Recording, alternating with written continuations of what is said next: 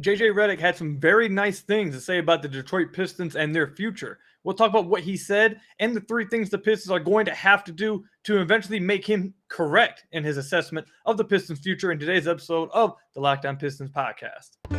You are Locked On Pistons, your daily Detroit Pistons podcast. Part of the Locked On Podcast Network. Your team every day.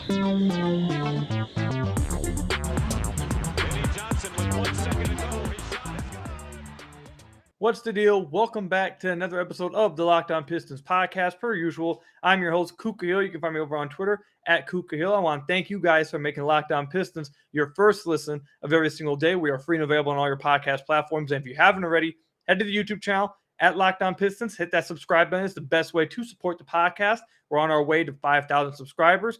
Also, if you're listening to this on one of the podcast platforms, go down below on there, go to their rating system and leave us a 5-star review. That's another great way to support the podcast. On today's episode, we are going to be talking about some statements made from JJ Redick. So I want to quickly say that if you aren't following JJ Redick's podcast or some of his work over on ESPN, he is by far the best former player, I think, in media, analyzing the game, knowing what he's talking about, actually talking about the game and breaking the game down, understanding it, using numbers, and I think he's the perfect analyst, whatever they're called, over at ESPN. He does a great job, and his podcast, I listen to it all the time. It's an absolute must listen for anyone that wants to learn the game of basketball. So if you guys are interested in just building your knowledge and better understanding it, go ahead and check out his podcast. He does great work over there. But anyways, on his podcast, he had Alex Caruso on, I believe, a few days. I don't remember the exact day they published it, but it was a few days ago. And on the podcast, he had some really nice things to say about the Detroit Pistons and some really high expectations about the Detroit Pistons, which we'll welcome because the Detroit Pistons now have Cade Cunningham. But I think JJ Redick might be one of the first ones, or he may be the first one, to really point the Pistons out in this kind of regard. Let's go ahead and read to you guys what he said. He went on to say, or he ended up saying to Alex Caruso, that he believes that Detroit will be, quote, one of the best teams in the Eastern Conference in the next 2 to 3 years. He also went on to say, quote, obviously Cade, but Sadiq Bey, Jane Ivey look great in Summer League. Isaiah Stewart, I'm a big fan of. I think he's a guy that stars in his role. And then the big fella from Memphis that they drafted, somebody Jalen Duren. Troy Weaver has done an outstanding job. I don't know if it's next year that they take an Oklahoma City Thunder type of leap where all of a sudden they're a playoff team and then the following season they're a contender. But I'm excited to see them play over the next 2 to 3 years. I think in 2 or 3 years, they will be one of the best teams in the Eastern Conference. And he said, obviously, this is dependent on Cade Cunningham becoming a true number one franchise-level player, which he feels confident in that happening. First of all, great to hear that. Again, like I said, I think JJ Redick might be the first analyst across ESPN, Fox, outside Detroit, basically anywhere, that has really given Detroit its love and given Cade Cunningham his proper love, because Cade is going to be great. He's going to be a franchise guy. We've talked about it many times. Cade is amazing. But JJ Redick is like the first guy who's actually mentioned it. And we've talked about on the podcast, obviously, about what the timeline looks like, what the Pistons, how long should we be waiting for until the Pistons become a playoff team, a legitimate playoff team, a contender, et cetera, et cetera. But with JJ Redick now putting that out into the air, out into the media, out for everyone to hear, because let's just face it, all of us in the Pistons community, all of us that do Pistons work, beat writers, all of us, podcasters, writers, all of them, people outside Detroit probably aren't paying much attention to us, or people who are not fans of the Pistons are probably not paying as much attention to us. So when JJ Redick says something like this, now all of a sudden this is going to start going across multiple places nationally. More people are going to be hip to it, and they're going to be watching the Pistons a little bit more, I feel like, or waiting to see if JJ's right, because that's usually how it goes for analysts at big-time companies.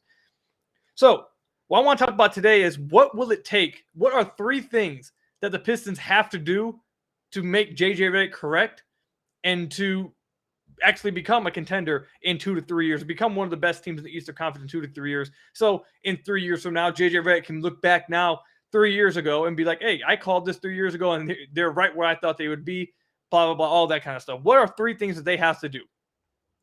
Obviously, we'll go through all of them on the podcast, and we're going to start off with this one. I don't want to say it's a bailout, but I think it's the most simple answer. But it's to be honest, it's the best answer. There's 2 other ones, obviously, we'll talk about later in the podcast, But this one is just, I really don't want to call it a bailout, but it's just as simple as this. Overall talent. They just need more talent. And I know that that's obvious. That's like, oh, well, obviously they need to get better. But the Pistons lack top-heavy talent.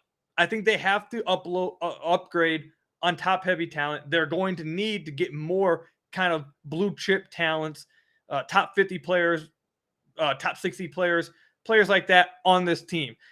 We've talked about many times on the podcast. Over the last few years, really over the past like 8 years, the Pistons have gotten a ton of role players. We see a bunch of former Pistons contributing on contender teams in a role, but not as the best player or the second best player, really over even the third best player. But they all are doing pretty damn good jobs as role players. And I think the Pistons are in a better situation now because they have Caden, who's going to be the franchise guy. So they're in a better position now because of that. But outside of that, I think they have a bunch of players like that. I think they have a bunch of players who won't be the best or second or probably even the third best player on the team, but guys that will be great in their roles. I think the one player that I think could have a chance at being more than that is Jaden Ivey, and that's just simply because he's a mystery box with explosive athleticism, and if he finds a way to mesh that athleticism with skills and really crafting his work in the half court and all that, then there's definitely a future where you can see him becoming a star, second, third best player on a team. I know some people think that's with Saddiq Bey. I really don't. I believe Saddiq is going to be a really good role player, like a fourth best player on a team, maybe a fifth best player on a team, a championship team. But my point is that, again, I feel like the Pistons have Cade, so they have the one top-heavy talent, but I think they now still have, and it's good, and we'll talk about this actually a little bit more later in the segment, but I think they have a bunch of future role players.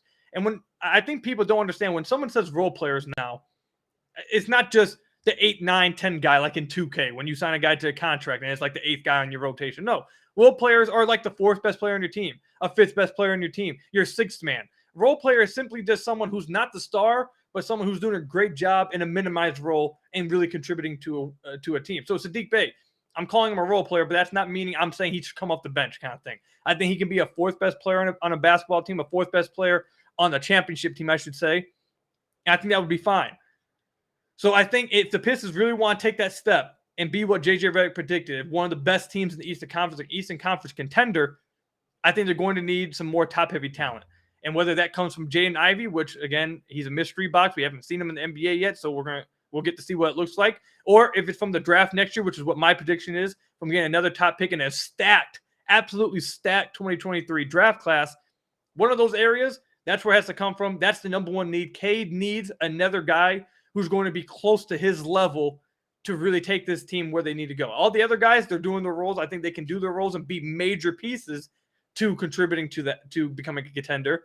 But Cade needs a guy who's going to be close to his level to really make it happen. I don't think they have that right now. I think they might. I think you could try to talk yourself into it with Jaden Ivey, and maybe he is. We'll see this season, and we'll obviously look back on it after the season and see if the Pistons do have the guy that's going to be Cade's running mate, the guy who's going to be Cade's second banana. But they need to address that. That's their number one thing. Overall, top-heavy talent. That's the number one thing they're going to need, I feel like, if they want to become a top team in the Eastern Conference. When we come back, we'll talk about the second thing I think the Pistons will need to stack up on and will need to have if they want to become an Eastern Conference contender within the 2 to 3 year range that JJ Redick put out there on his podcast. But first, I have to tell you guys about one of our sponsors, Built Bar. From the people who invented healthy and tasty comes the latest gift to your taste buds. You've probably tried the amazing coconut brownie chunk Built Bar, but guess what? Your friends at Built have given coconut brownie chunk the Puffs treatment. That's right, the coconut brownie chunk Built Bar flavor you love in a delicious, chewy marshmallow covered in 100% real chocolate. It's like a fluffy cloud of coconut brownie goodness. But stop the drooling and listen. They are good for you as well. They're low in calories, low in sugar, high in protein, and they're absolutely delicious. Coconut brownie chunk puffs are only here for a limited time. Go to Built.com right now to make sure you don't miss out. They're going out fast because they taste absolutely amazing. And like I tell you guys all the time, head to Built.com regularly because it feels like every other day they're coming out with a new limited time flavor. And I can't guarantee how long the limited time flavors will be there. So make sure you're constantly checking out Built.com to see all the new flavors they're constantly coming out. The best part about Built Puffs is, of course, that they taste amazing, but you can enjoy them guilt-free because they're actually really good for you. They're the perfect treat Perfect when you've got a craving, you need to satisfy a sweet tooth, or if you need a quick, healthy snack, they're an excellent source of protein. Delicious coconut, rich, sweet brownie, creamy marshmallow. Stop fantasizing about it. Get to Built.com right now to order your box of coconut brownie chunk Built Puffs right now. Go to Built.com, use promo code LOCK15, and get 15% off your order. Again, go to Built.com, use promo code LOCK15, and get 15% off your order. Built Bar, the best tasting protein bar ever. So I want to thank you guys again for making Locked On Pistons your first listen of every single day. We are free and available on all your podcast platforms. And if you haven't already, head to the YouTube channel at Locked On Pistons. Hit that subscribe button. It's the best way to support the podcast. And if you haven't already, I just said that. Why am I'm repeating myself. It's a long night, man. I'm recording this at 10:50 p.m. I was about to repeat that last sentence. But what I did not say is if you guys listen to one of the podcast platforms, go down below, hit that 5-star review on whatever podcast platform you're listening to that on. That's another great way to support the podcast. All right. So the second thing that I think the Detroit Pistons will have to address, that they'll have to get if they want to be a contender, one of the best teams in the Eastern Conference in 2 to 3 years. And I think we actually have mentioned this on the podcast before. I don't think we talked about it a lot, but I think we've mentioned it before over the past month and a half or so while the playoffs are going on.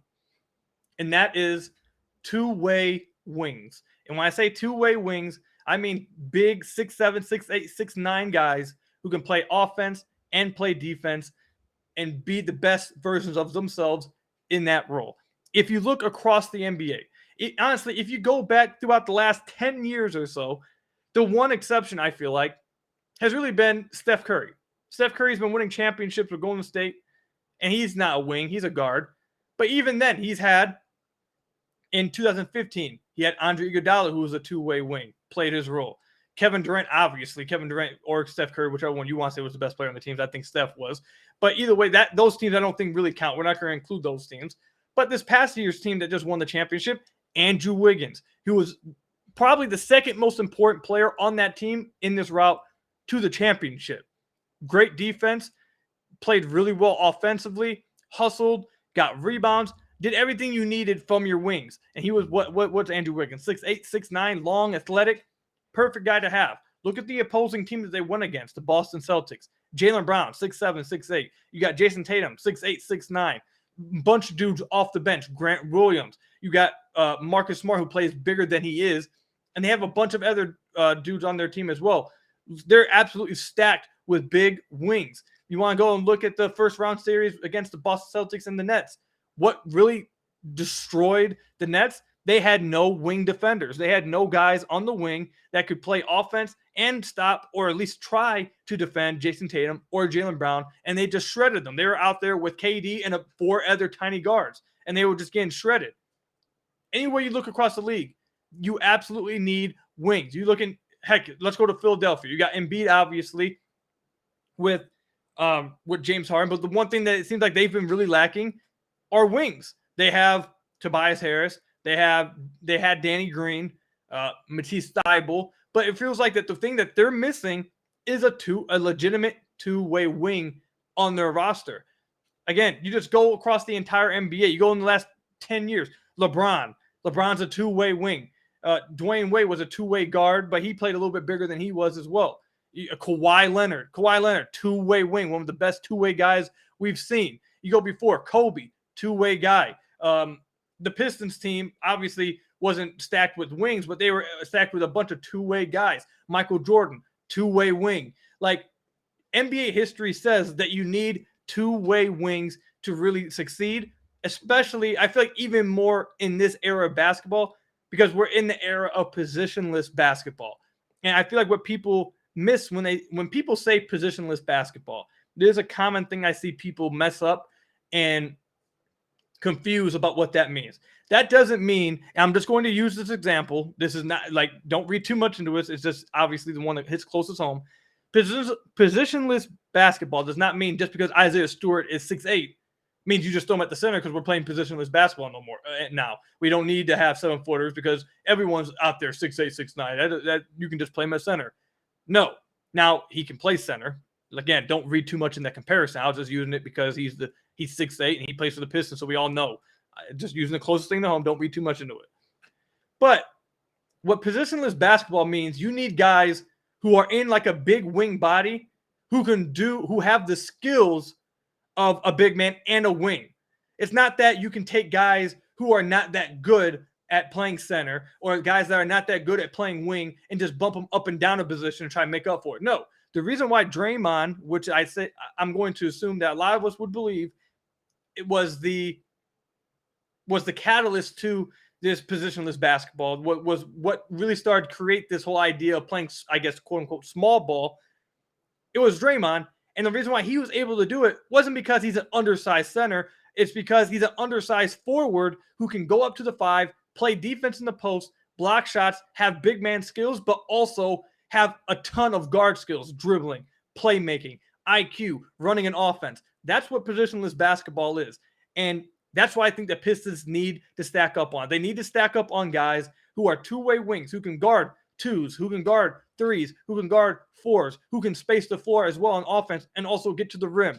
Like, that's what the build in today's NBA is. Look at all the best players in basketball. Obviously, Luka doesn't count because he's not that good defensively. But Jason Tatum, again, like I just mentioned, a great player. You got all kinds of.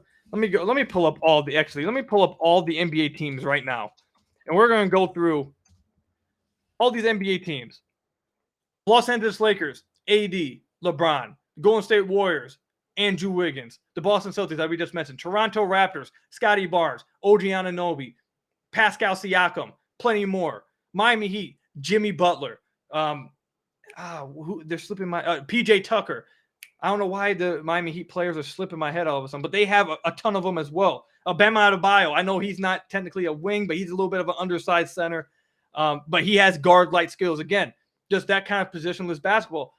The Chicago Bulls, they have kind of like Alonzo Ball. I wouldn't say he's a wing, but he's like 6'7", and he's a two-way player. Phoenix Suns, Mikal Bridges. Like, you go up and down. Again, you're just going to find them everywhere. Dallas Mavericks. We talked about Dorian Finney-Smith in the last episode. Reggie Bullock. Like, everywhere you go, two-way wings, you have to stack up on them. And the teams that usually have the most of them, the ones who have the most talented two-way wings, and I didn't even mention the Clippers who have Paul George and Kawhi Leonard, the ones who stack up on that are the ones that are going to be able to play the best in the playoffs, the ones who have the best chance at going deep into the playoffs, and the ones who have the best chance at winning a championship.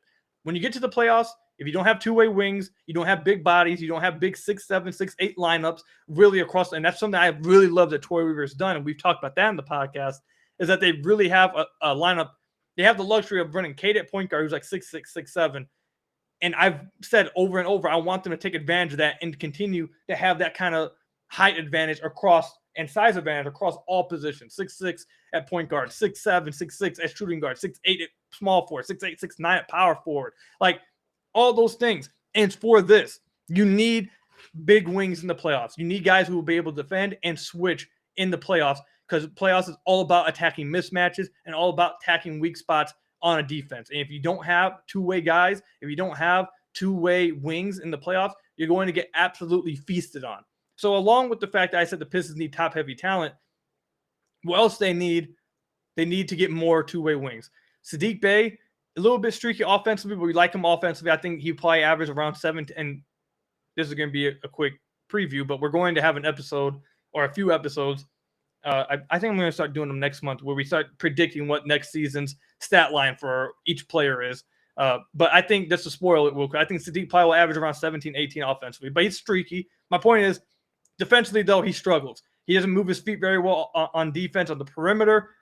He's pretty strong down low, but he's undersized, and he doesn't, he's not that strong where he can just battle with 4s all the time, even though I think he probably might be better at that than the 3, simply because he struggles moving his feet. And also off-ball defense, he helps a ton. He's not in the great positions a lot of times. He's not a great defender right now. Now, he can become a better defender, and hopefully, and that's going to be a big thing for the Pistons if they want to become like a contender in 2 to 3 years like we're talking about. But it can't just be Sadiq.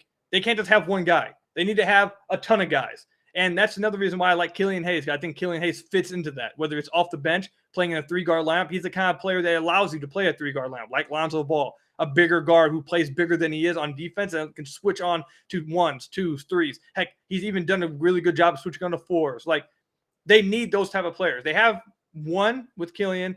Cade, I think, will become one as he looks stronger. So if he's stronger, Cade will be one. Maybe Diallo, if he improves in other areas. They just need more of them. They need higher quality of those. And I think if they do address that and they stack up on those in future years, I think like JJ Redick said, in next 2 to 3 years, I think that them becoming a contender, my goodness, in the Eastern Conference could actually happen. But they have to do that. You have to get top-end talent. Sorry, I just hit my mic. Have to get top-end talent, and they have to stack up on two-way wings. Those are my top 2 things that they absolutely have to do if they want to be a contender in 2 to 3 years. We have one more final thing that I think that has to happen if the Detroit Pistons want to become a contender in 2 to 3 years, like JJ Redick has suggested they possibly could be. But first, you guys have to hear from some of our sponsors.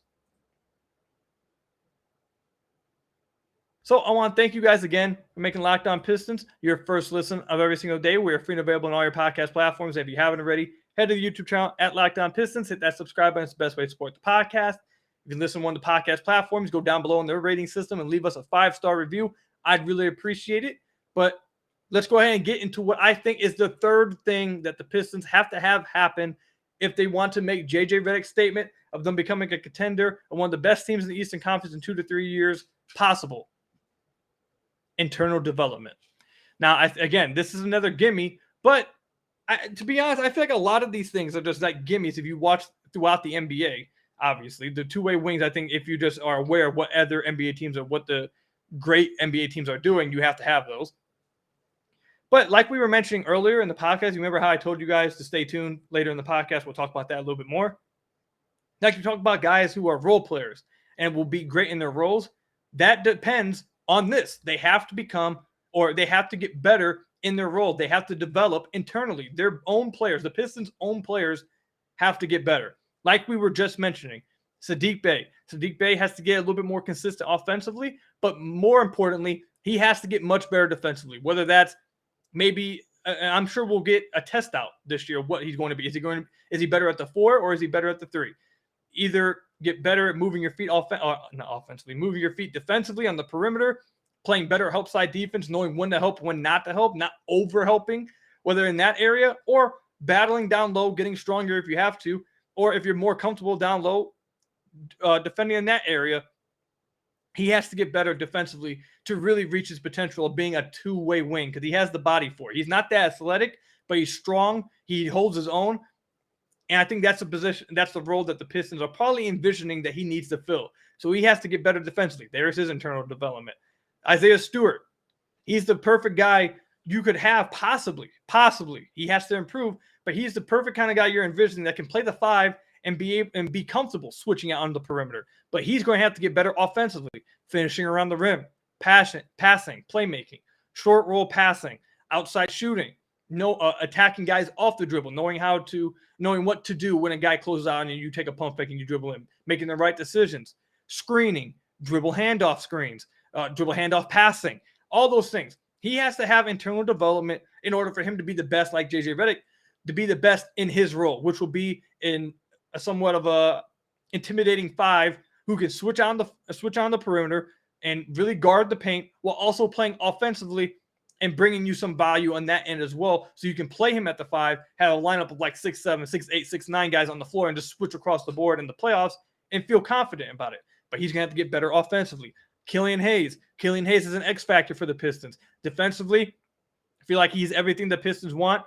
He's great on that end. Passing, he's done a great job. He's a great passer, but he's going to have to become a better scorer. He has to become a better shooter for him to be able to stay on the floor. If the Pistons want to be able to run a 3-guard lineup with a guy like Cade and Killian, who play bigger than they are and allow them to do those kind of lineups, Killian has to be able to space the floor in those lineups. If he doesn't, they can't do it, and he's going to lose his value, and he probably won't be on the Pistons. But if he does, he gives them another option, someone who can play in the playoffs, switch across the board, bring value offensively, be a secondary ball handler who can run the offense, find open guys, and score, while also being a great defensive player. Internal development. They need that from Killian Hayes. Another guy that we mentioned earlier, someone I'm not that high on, but he could do it. Hamidou Diallo. If he improves, gets better defensively, staying focused, learning how to control that ball of fire that we call him on the podcast, learning how to control that and knowing when to unleash it a little bit offensively and when to unleash it. Staying, like I said, staying more in focus defensively off ball, bringing that defensive tenacity on ball more consistently, improving his outside shot to where he can hit a catch and shoot three at like a 34-35% rate at some point. Doing those kind of things, again, another big, long, athletic wing who can play two-way and be a value to you in the playoffs. Marvin Bagley, internal development, has to improve on defense, has to get better in whatever coverage they want to play him with, drop coverage, switch coverage, whatever it is, hedging, whatever it is, he has to get better at that and show more focus on that defensive end, and along with possibly adding a catch-and-shoot corner shot to his game so he can space the floor when need be while still providing that offensive threat around the rim and his ability to just lay up anything and dunk everything close to the rim. He does that. Now, again, you have another 6'10", 6'11 guy who is capable of surviving on the court in the playoffs, bringing you value offensively and not being a disaster defensively. Internal development. I can go on and on and on. This roster, obviously Jaden Ivey and Jalen Duren, but we haven't seen them play, so I don't know exactly. I mean, I've talked about what I think Jaden Ivey will struggle with, but we haven't exactly seen it yet, so I'm not going to sit here and say what he has to improve on because we haven't seen him yet. Not going to count those guys, but on and on. Obviously, when they start to play and we see what their struggles are, again, internal development. The biggest key to the Pistons' success, it may be top end talent, like I mentioned in the first segment. It's definitely going to be a part of getting two-way wings. However, to be honest, I think those two things are things you have to have, but both those things can come from internal development. That's why internal development is the biggest key to the Detroit Pistons becoming a contender in 2 to 3 years. They have to develop their players. And that's why you guys saw me shift my focus. You guys remember at the beginning of the offseason, I was cool with going after DeAndre Ayton. Heck, I would even say that I was probably getting a little closer to flat out encouraging them to do it.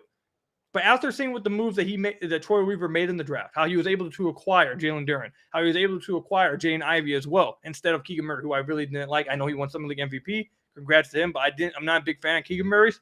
After getting Jaden Ivey and Jalen Duren, I sat back and I said, listen, Troy Weaver is supposed to be a great drafter. Dwayne Casey and this new culture of the Pistons are supposed to be great. They want to hang their hats on developing their players. The Pistons have how many players under the age of 22? Sadiq, Cade, Killian, Isaiah Stewart, Jaden Ivey, Jalen Duren, on and on. They have an extreme Marvin Bagley, who's really young, 24 years old. Hamidou Diallo, Isaiah Livers. They have a ton of young players, a young core now. Give them another year. I don't want to give up on any of these players. I don't want any of these players to not get the chance to develop and get that chance this season to mess up and get better. Because the best way the Pistons are going to get good, the best way the Pistons are going to become an elite team is if these players they have currently that are young develop. And they develop them into something. They don't all have to become stars, but like we just mentioned, be best in their roles. Know how to, like JJ Redick said by Isaiah Stewart, star in their role. I want to take this season to develop Killian, give him every chance possible to become that player, because if he can become a floor spacer or become a more confident scorer offensively, you have someone who can really play for you in the playoffs and allow you to play three-guard lineups, which we know Dwayne Casey loves. That's why I changed from being a little bit lower on Isaiah Stewart than most to wanting to give him every chance this season to become a four, to show that he could possibly space the floor, to maybe he can do more with the ball in his hands. Maybe he can run some more DA to, maybe he can do some short roll passing. Give him every chance this season to do that, to mess up and improve. Because if he can do that, he's going to be a star in his role.